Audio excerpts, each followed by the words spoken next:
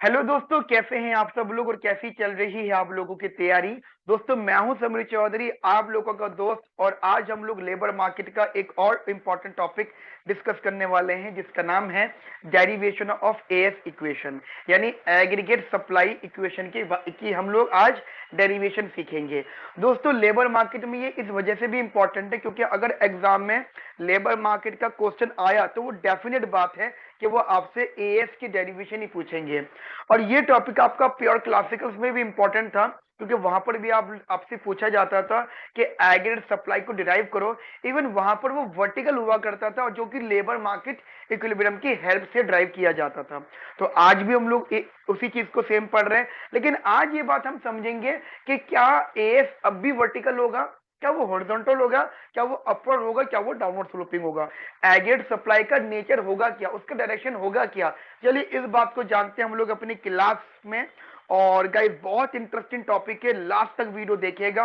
अच्छा, एक मेरी आप लोगों से रिक्वेस्ट ये है, क्योंकि आप लोग सेमिकॉन क्लासेस से जुड़े हुए हैं और हम लोग सिर्फ आप लोगों के लिए काम कर रहे हैं, तो अगर आप हमारे चैनल पे न्यू हैं या फिर आपने हमारा चैनल अभी तक सब्सक्राइब नहीं करा है तो प्लीज अभी सब्सक्राइब करिए, लाइक करिए, शेयर करिए, एंड वेरी इंपॉर्टेंटली कि प्लीज कमेंट जरूर करिए। तो गाइस, शुरू करते हैं हम लोग अपनी क्लास का डिस्कशन। ध्यान रखना, जितनी भी चीजें मैं आपको बता रहा हूँ प्लीज एक एक बात को अपनी कॉपी में ध्यान से नोट करिएगा, क्योंकि ये जो क्लास के नोट्स आपके बन रहे हैं ये दुनिया के सारे नोट से अलग होंगे, क्योंकि ये नोट्स आप खुद बना रहे हो। ध्यान रखना, जो नोट्स आपके हैंड रिटन के होते हैं, जो आप खुद बनाते हो, वो दुनिया के सब सारे नोट से बेहतर होते हैं। मैं कितने भी नोट्स आप लोगों को प्रोवाइड कर दूं, लेकिन जो नोट्स आप खुद बना रहे हो उनसे अच्छे नोट्स कोई नहीं होते। चलिए शुरू करते हैं हम लोग अपनी आज की क्लास का डिस्कशन। देखिए, एएस की इक्वेशन को डिराइव करने के लिए मुझे पहले अनएम्प्लॉयमेंट का और आउटपुट का एक रिलेशन डिटरमाइन करना है, क्योंकि उसकी मुझे भी जरूरत पड़ेगी। तो मैं आपको थोड़ी सी चीज रिकॉल करवा देता हूँ बेटा।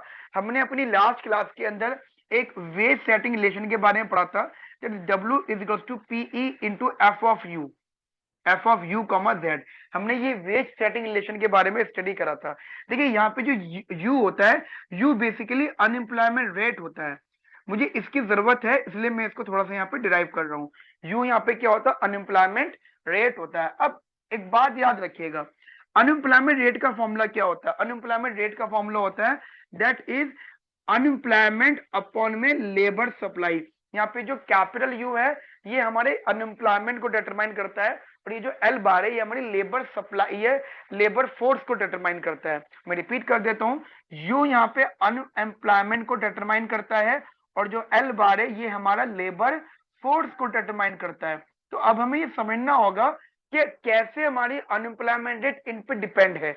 राइट, अगर कोई मुझसे पूछे कि आप अनएम्प्लॉयमेंट को कैसे लिख सकते हो, तो अनएम्प्लॉयमेंट का फॉर्मूला होता है कि हमारे पास टोटल लेबर फोर्स कितनी है और हमारे कितने लोग काम कर रहे हैं। ठीक है, हमारे पास लेबर फोर्स कितनी है और हमारे पास कितने लोग काम कर रहे हैं, that is known as unemployment formula. Clear, ये बात हमारी एक हो गई। साथ साथ हम लोगों ने ये पढ़ा था अपनी लास्ट क्लास के अंदर कि जो वाई होता है वो ए एन के बराबर होता है। दैट इज, ये हमारा प्रोडक्शन फंक्शन होता है जो हमने लास्ट क्लास के अंदर स्टडी करा था। और आसान करने के लिए देखिए, अभी मैं ए को 1 मान रहा हूं। A is what, A is the productivity.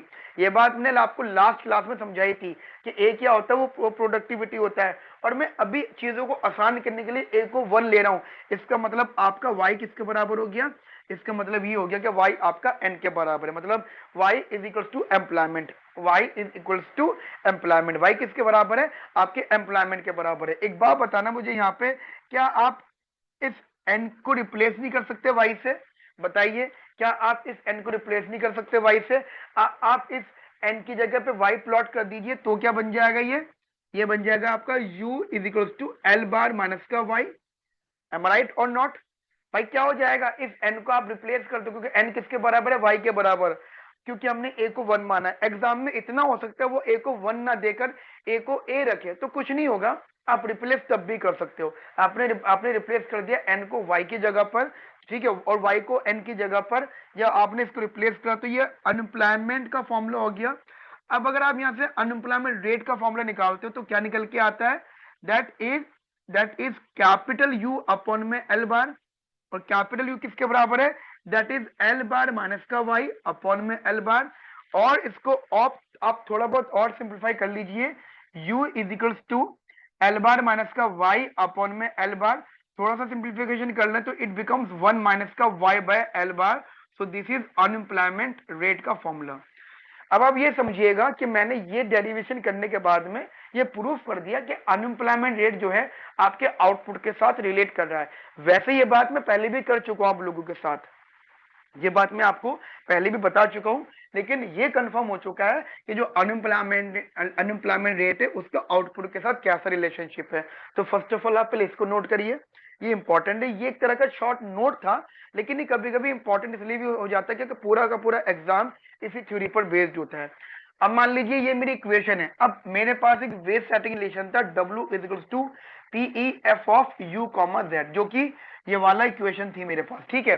W is equal to PE F of U comma Z. हम एक बात ये बोलते थे बार बार कि एक्सपेक्टेड प्राइस का वेजेस पे पॉजिटिव रिलेशनशिप है और अनएम्प्लॉयमेंट का नेगेटिव रिलेशनशिप है और कैचुअल वेरिएबल का पॉजिटिव रिलेशनशिप है।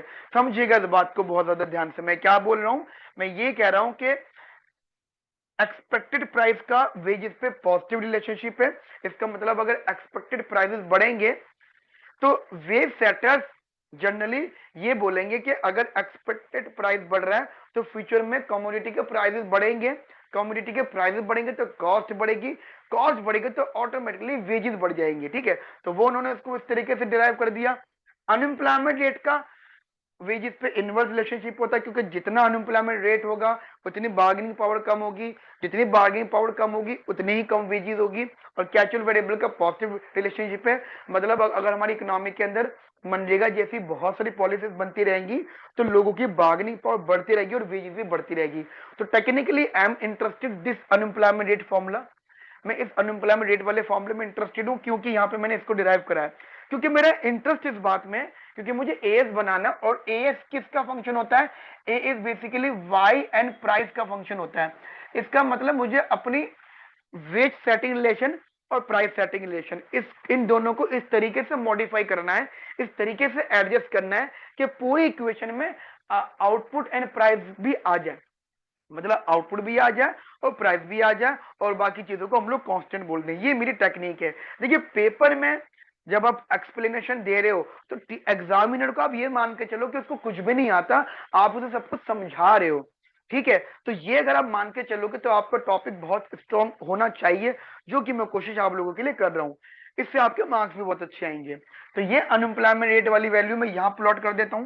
तो क्या हो जाएगा, W is equal to expected price F of unemployment rate की जगह मैं क्या लिख देता हूं, 1 minus Y by L bar comma casual variable, ठीक है। Now this is my first equation, that's my actual wage setting relation, ठीक है। ये मेरी मेन इक्वेशन हो गई। अब जिसको मैं इस्तेमाल करूंगा, देखो एक तो बात कंफर्म हो गई कि हमारा वेट सेटिंग रिलेशन आउटपुट का फंक्शन बन गया। समझ में आई मेरी बात आप लोगों को, इसे मैंने फर्स्ट इक्वेशन बना लिया। तो मेरी अभी आप लोगों से रिक्वेस्ट है कि इसको प्लीज नोट करिए यहां तक, ठीक है। रही बात थ्योरेटिकल एस्पेक्ट की, तो जितनी बातें मैं आपको बता रहा हूँ इन सब के नाम, जैसे ए लेबर प्रोडक्टिविटी होता है, एल लेबर फोर्स होता है, एन एम्प्लॉयमेंट होता है, इन्हीं सब चीजों को थ्योरेटिकल लिख लो तो पूरी थ्योरी हो जाएगी इसकी। वो मैं आप लोगों को नोट्स प्रोवाइड करूंगा। नोट्स के लिए मैं अभी ये चैप्टर खत्म करने के बाद में इस वीडियो के डिस्क्रिप्शन में बता दूंगा कि आपको किनसे कांटेक्ट करना है। मेरे सबऑर्डिनेट है, पर्सन है जो मुझे असिस्ट करते हैं, सूरज सर, ठीक है। He is very nice person, Suraj sir. आप उनसे कांटेक्ट करेंगे, मैं आपको उनका कांटेक्ट डिटेल्स जो है इस वीडियो के अंदर करवा दूंगा डिस्क्रिप्शन में। आप उनसे कांटेक्ट करेंगे, वो आपको नोट्स के बारे में बता देंगे, राइट, ठीक है। तो वो सब कुछ आपको डिटेल में दे देंगे, डिटेल में बता देंगे, राइट। चलो अब स्टार्ट करते हैं हम लोग अपना कंसेप्ट। हो सकता है आपने सब कुछ नोट कर लिया हो, वीडियो को पॉज करिए, सब कुछ नोट करिए, ठीक है। ये मेरा है वेज सेटिंग रिलेशन, ठीक है। ये मेरा है वेज सेटिंग रिलेशन। क्या है बेटा, ये है वेज सेटिंग रिलेशन। देखिए wage wage setting relation generally ये होता था, लेकिन मैंने अनएम्प्लॉयमेंट रेट को इसमें डिराइव कर लिया। मैं आपको ना क्वेश्चंस भी करवाऊंगा। देखिए आपकी जो मैक्रो इकोनॉमिक्स है वो आगे चल के क्वेश्चंस में कन्वर्ट हो जाएगी जब मैं आपको आगे असाइनमेंट वगैरह कराऊंगा। इसमें क्वेश्चन ये भी होगा कि वेज सेटिंग रिलेशन डिराइव करो, बट रियल वेज में और आउटपुट में रिलेशन में, मतलब आउटपुट का रिलेशन हो और रियल वेज का हो। और एक और बोलेंगे वेज सेटिंग रिलेशन बनाओ रियल वेज में और अनएम्प्लॉयमेंट रेट में। तो दो तरह के अलग अलग डायग्राम बनेंगे, पढ़ेंगे, बड़े मजेदार क्वेश्चन करेंगे, एकदम बढ़िया बढ़िया क्वेश्चन करेंगे, बट इंतजार करिएगा और रेगुलर अपडेटेड रहिएगा हमारे साथ, कनेक्ट रहिएगा हमारे साथ में। ठीक है, चलिए ये हमारा हो गया वेज सेटिंग रिलेशन। सिमिलरली एक प्राइस सेटिंग रिलेशन होता है, P is equals to W bracket 1 plus का mu, that is our second equation, जिसमें मैं बोलूंगा this is our price setting relation. ठीक है, this is our price setting relation. ये हमारा क्या है बेटा, ये हमारा प्राइस सेटिंग रिलेशन है, ये हमारी सेकंड इक्वेशन हो गई, राइट। चलिए अब मैं वाला एरिया रफ कर देता हूँ। अब मैं काम करता हूँ, मैं पूरा एरिया रफ कर रहा हूँ और इन दोनों क्वेश्चन को छोटा सा कहीं पर यहाँ से लिखना स्टार्ट करूंगा मैं। ठीक है, वीडियो को पॉज करिए, जल्दी से नोट करिए, मैं सारा रफ कर रहा हूँ यहाँ से। ठीक है, ये चलिए रफ हो रहा है।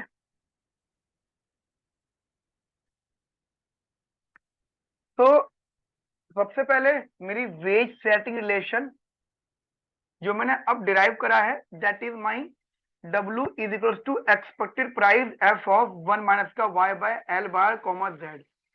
सिमिलरली मेरा प्राइस सेटिंग रिलेशन वो क्या है, P is equal to W into 1 plus का म्यू। ठीक है, अब एक स्टेटमेंट हम यहाँ पे यूज करेंगे, put the value of ways from WS relation in price setting relation. Price setting relation में मैं W की वैल्यू पुट कर दूंगा। सोचिए अगर मैं ऐसा करता हूं तो मेरा देखिए प्राइस सेटिंग रिलेशन है P equal to W into 1 plus का म्यू, और W की जगह मैं उसे रख दूंगा उठा के इसको, तो ये क्या बन जाएगा, P is equal to that is expected price F of U। या इसको मैं यहां लिख देता हूं, इसको मैं यहां लिख देता हूं, that is P is equal to W, P is equal to PE into F of 1 minus का y by L bar comma z into 1 plus का म्यू।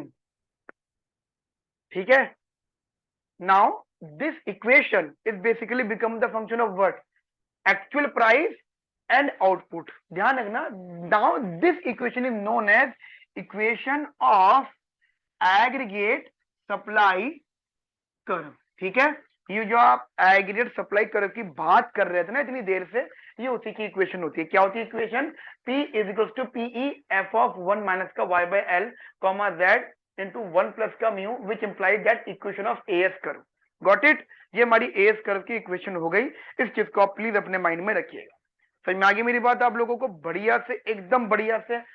अब मुझे बताना है कि आउटपुट का और प्राइस का रिलेशनशिप क्या है।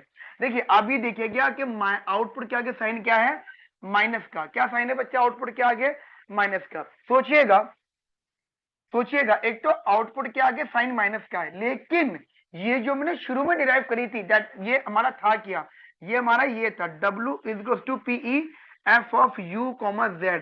दिमाग में ये चीज रखिएगा क्या, कि ये अनएम्प्लॉयमेंट का इनवर्स रिलेशनशिप था वेज पर, अनएम्प्लॉयमेंट का इनवर्स, यानी यहाँ पे भी माइनस आएगा, इसका वेज पर इनवर्स रिलेशनशिप है। और जब आप इस चीज को यहाँ पुट कर दोगे तो यहाँ भी माइनस साइन आएगा, यानी इसकी 1 माइनस वाई बाय एल, इसकी कोई भी इक्वेशन होगी इस इक्वेशन के बाहर माइनस साइन होगा। इसका मतलब क्या होगा, मान लीजिए आउटपुट इंक्रीज करता है आपकी इकोनॉमी के अंदर, लेट सपोज हमारी इकोनॉमी के अंदर आउटपुट इंक्रीज करेगा। अब आउटपुट इंक्रीज होने का मतलब क्या है, डिमांड बढ़ रही है इकोनॉमी के अंदर, इसलिए आउटपुट बढ़ रहा है। अगर आउटपुट बढ़ रहा है तो ऑटोमेटिकली एम्प्लॉयमेंट भी बढ़ेगा, या फिर आप कह सकते हो डिमांड फॉर लेबर इंक्रीज करेगा, जिसकी वजह से आप कह सकते हो कि अनएम्प्लॉयमेंट इंक्रीज करेगा। अनएम्प्लॉयमेंट इंक्रीज करेगा तो सॉरी एम्प्लॉयमेंट इंक्रीज करेगा, एम्प्लॉयमेंट इंक्रीज करेगा तो अनएम्प्लॉयमेंट डिक्रीज करेगा। अनएम्प्लॉयमेंट अगर कम होगा तो एक चीज डेफिनेटली बढ़ेगी जिसे हम बोलेंगे बार्गेनिंग पावर। क्या बोलेंगे उसे हम गाइस, उसे हम बोलेंगे बार्गेनिंग पावर। अब सोचो बार्गेनिंग पावर यहाँ पे बढ़ेगी, जितनी बार्गेनिंग पावर इंक्रीज करेगी, जनरली बार्गेनिंग पावर किसकी होती है, वर्कर्स की होती है, वेज सेटर्स की होती है, तो वेजेस अपने आप इंक्रीज करेगी।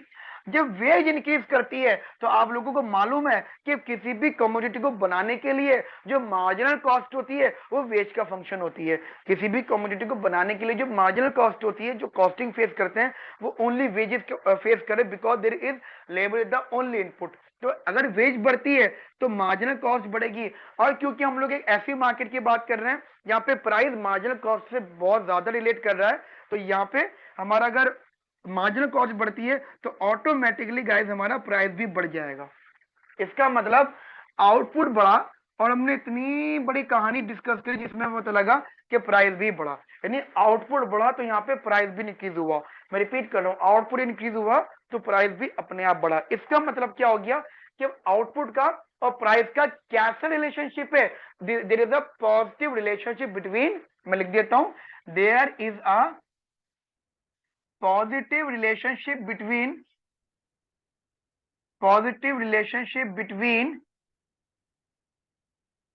prices and output। there is a positive relationship between prices and output। मैं रिपीट कर रहा हूं, there is a positive relationship between prices and output।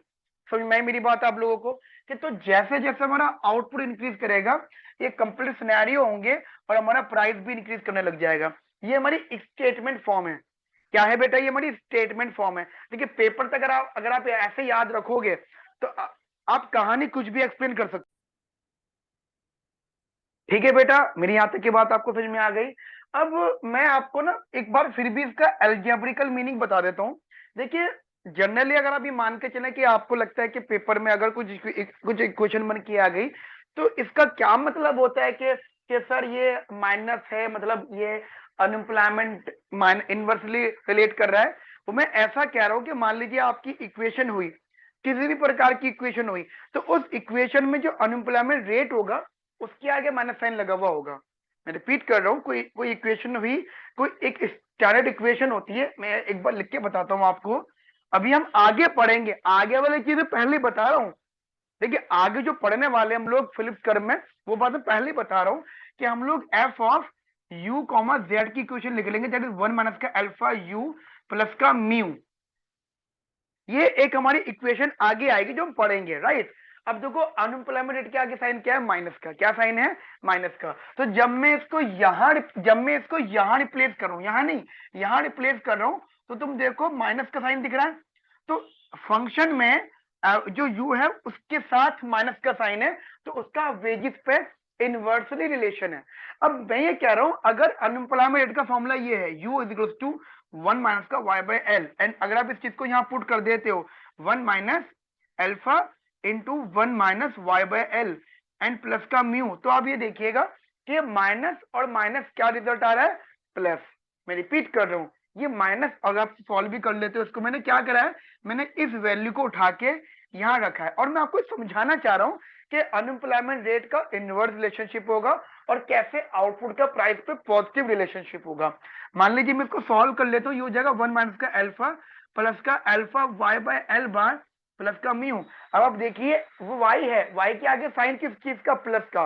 Y के आगे साइन किस चीज का, प्लस का। इसका मतलब आउटपुट का F of U comma Z पर पॉजिटिव रिलेशनशिप पड़ रहा है।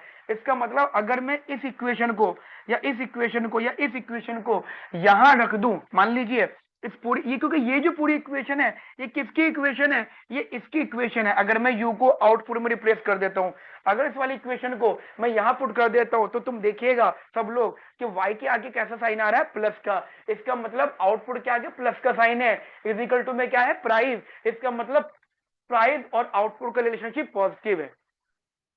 तो यू माइंड गाइस, एक चीज को समझने के मल्टीपल वेज आपके पास होने चाहिए। I will try to do my best.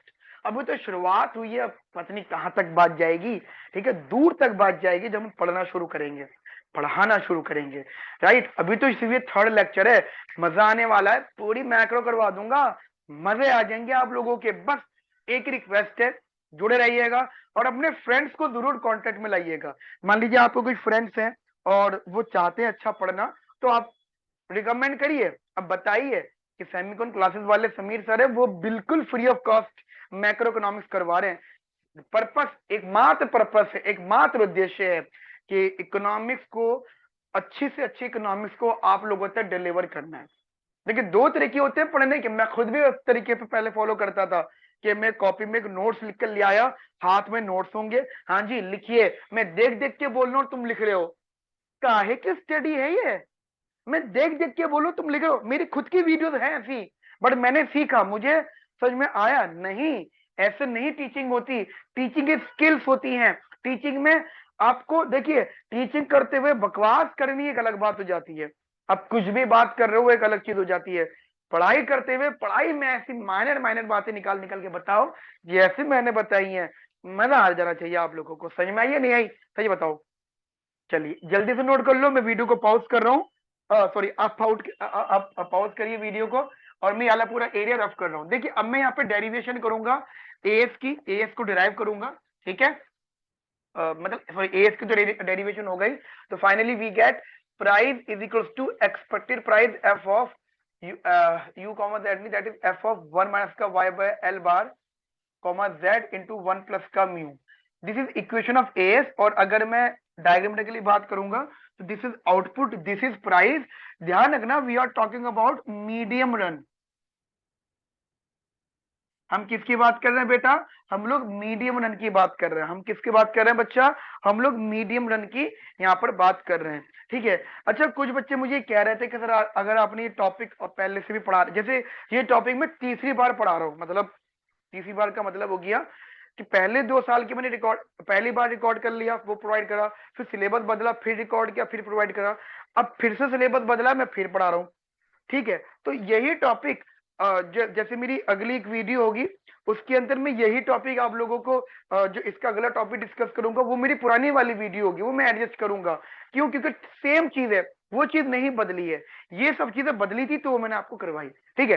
तो देखिएगा हम मीडियम रन की बात कर रहे हैं, मीडियम रन में प्राइस एंड आउटपुट का जो जो रिलेशनशिप होगा वो कुछ इस प्रकार होगा, that is A S equation या ए एस कर्व, राइट। ये हमारा क्या होगा बेटा, ए एस कर्व, क्या होगा बेटा ये हमारा, this is known as A S curve, ठीक है।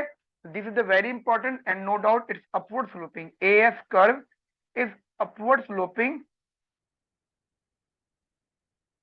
which represent positive relationship between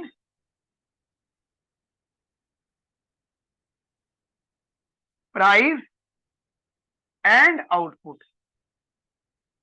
समझ में आ गई मेरी बात आप लोगों को, ये बहुत बढ़िया से, बहुत अच्छे से। चलिए आप इसको जल्दी से नोट कर लीजिए, यहाँ पे हमारा एएस के डेरिवेशन तक टॉपिक यहाँ पे हमारा पूरा हो गया है। अब इसकी जो अगली वीडियो है उसके अंदर मैं इसी के एक्सटेंड करूंगा, जहाँ पे मैं आपको एएस के साथ में नेचुरल लेवल लेकर आऊंगा। अब जरा समझिएगा, जहां तक आपने आपने समझ लिया, मैं एक्स्ट्रा चीजें इधर रफ कर रहा हूँ। अब इसके साथ में एक चीज ऐड होगी, वो है कि जब एग्रीगेट सप्लाई में नेचुरल लेवल वाली चीजें आ जाएंगी, लेट्स सपोज, समझिएगा जरा यहाँ पर, जरा ध्यान से देखिएगा आप लोग सबके सब, देखिए हमें कहेंगे natural level of unemployment to employment. इसका मतलब क्या होगा कि आपके पास में अनएम्प्लॉयमेंट रेट का फॉर्मूला था U बाय एल, जिसे आपने कन्वर्ट कर दिया है एल बार माइनस का एम्प्लॉयमेंट अपॉन में एल बार, इसको थोड़ा बहुत सिंप्लीफाई कर लो, दैट इज 1 माइनस का एन बाय एल। अब समझिएगा, अगर आप यहाँ पे जैसे हमारी है, अब आप कह सकते हो u is equal to 1 minus का एन बाय एल हो गया, एल बार। अगर आप यहाँ पे नेचुरल लेवल ऑफ अनएम्प्लॉयमेंट कर देते हो, अगर आप यहाँ पे यू एन कर देते हो, तो ये भी आपका एन एन हो जाएगा, यानी natural level of unemployment, natural level of employment, ठीक है। एक तो ये हो गया first equation. Similarly natural level of employment to output, natural level of employment to natural level of output. देखिएगा हम सबको ये बात पता है, जो कि मैंने आपको पहले भी समझाई है, कि जो y होता है वो a n के बराबर होता है, और हम एज्यूम कर लेते हैं a 1 होगा। देखिए मैं बार बार कह रहा हूं, ये कोई ग्रंथ की बात नहीं है, कोई हमारे धार्मिक ग्रंथ में नहीं लिखा हुआ कि a को 1 मानना है। हम एग्जाम में तुमसे नहीं बदल जाएंगे बातें, a को 1 नहीं, a को कुछ भी मान लेंगे वो लोग। ठीक है, मान लीजिए a को हमने यहाँ पे 1 बोल दिया, तो y हमारा n के बराबर हो गया। एट नेचुरल लेवल, ध्यान रखना, अगर n के आगे n लग जाएगा, क्योंकि हम लगा चुके हैं, तो हमारा आउटपुट भी नेचुरल लेवल ऑफ आउटपुट बन जाएगा। तो these are the two things जो बहुत इंपॉर्टेंट है। अब ये सोचिएगा, हमने पहले यू एन करा तो एन एन हो गया, एन एन की बेसिस पे हमने वाई एन कर दिया। नाउ आवर नेचुरल लेवल, या हमारा natural level of A S equation होगी तो कैसी होगी? अगर हम अपनी एग्रीगेट सप्लाई को भी नेचुरल लेवल में ले आएंगे तो वो बन जाएगी पी एक चीज और मैं आपको बताना चाहता हूं सब लोगों को, जब भी हम लोग ये कहते हैं कि हमारी एक्चुअल वैल्यू नेचुरल वैल्यू के बराबर होगी, क्योंकि किसी भी चीज का एक नेचुरल लेवल होता है और किसी भी चीज का एक एक्चुअल लेवल होता है। ठीक है, तो मान लीजिए अगर कोई चीज हमारी एक्चुअल, देखो हमारा अनएम्प्लॉयमेंट एक्चुअल था, नेचुरल लेवल ऑफ अनएम्प्लॉयमेंट ये नेचुरल हो गया वाला, तो ये एक्चुअल है, ये नेचुरल हो गया, राइट।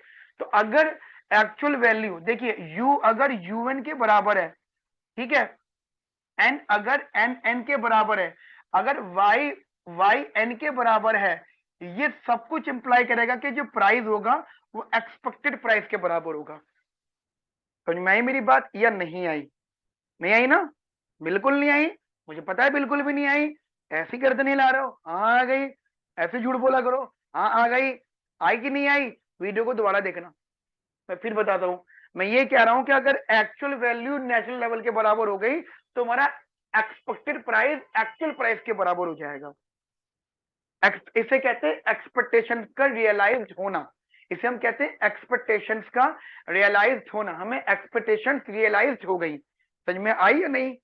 समझ में आ गई ना? अब सुनिएगा, मैंने रैंडमली यहाँ पे कोई पॉइंट मान लिया, तो इस पॉइंट में मैं बोलूंगा P is equal to PE होगा, तो इस पॉइंट पे Y इक्वल टू YN होगा।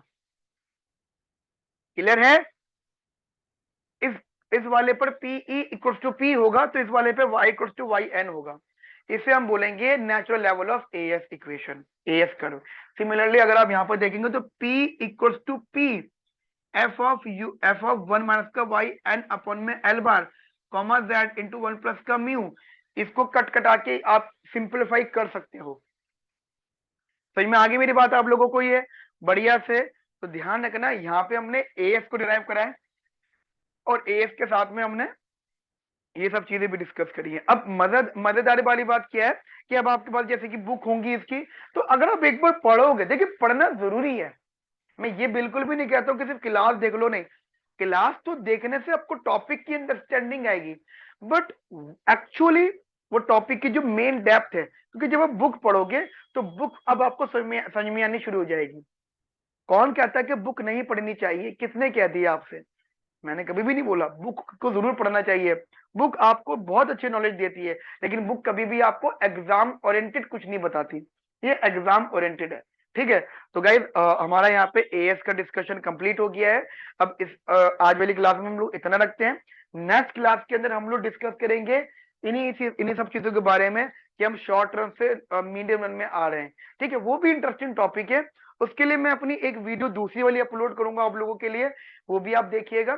ठीक है, वो ऐसे बोर्ड पे नहीं है, वो मैंने विजुलाइजर पे रिकॉर्ड करी है। ठीक है, विजुलाइजर पे ऐसे बैठकर उस पे विजुलाइजर पे, हाँ मैंने वैकम पे नहीं करी है, आईपैड पे नहीं करी है, वो मैंने विजुलाइजर पे करी है। एक वीडियो वो देखिएगा, अगर आपको वो वीडियो पसंद आ जाती है तो आप मुझे बता दो कि सर वैसे ही आप पढ़ा दो हमें, बट मुझे पर्सनली बोर्ड पर पढ़ाना ज्यादा अच्छा लगता है, क्योंकि बिल्कुल खाली हाथ आते हैं, कोई कॉपी नहीं हाथ में। ठीक है, चलिए मिलते हैं नेक्स्ट क्लास में बेटा विद सम न्यू टॉपिक्स। तब तक के लिए ध्यान रखिए, ख्याल रखिए और बहुत अच्छी पढ़ाई करते रहिए, और सेमिकॉन क्लासेस को अपने फ्रेंड्स में फैलाते रहिए। Okay friends, have a nice day, thank you, bye, take care.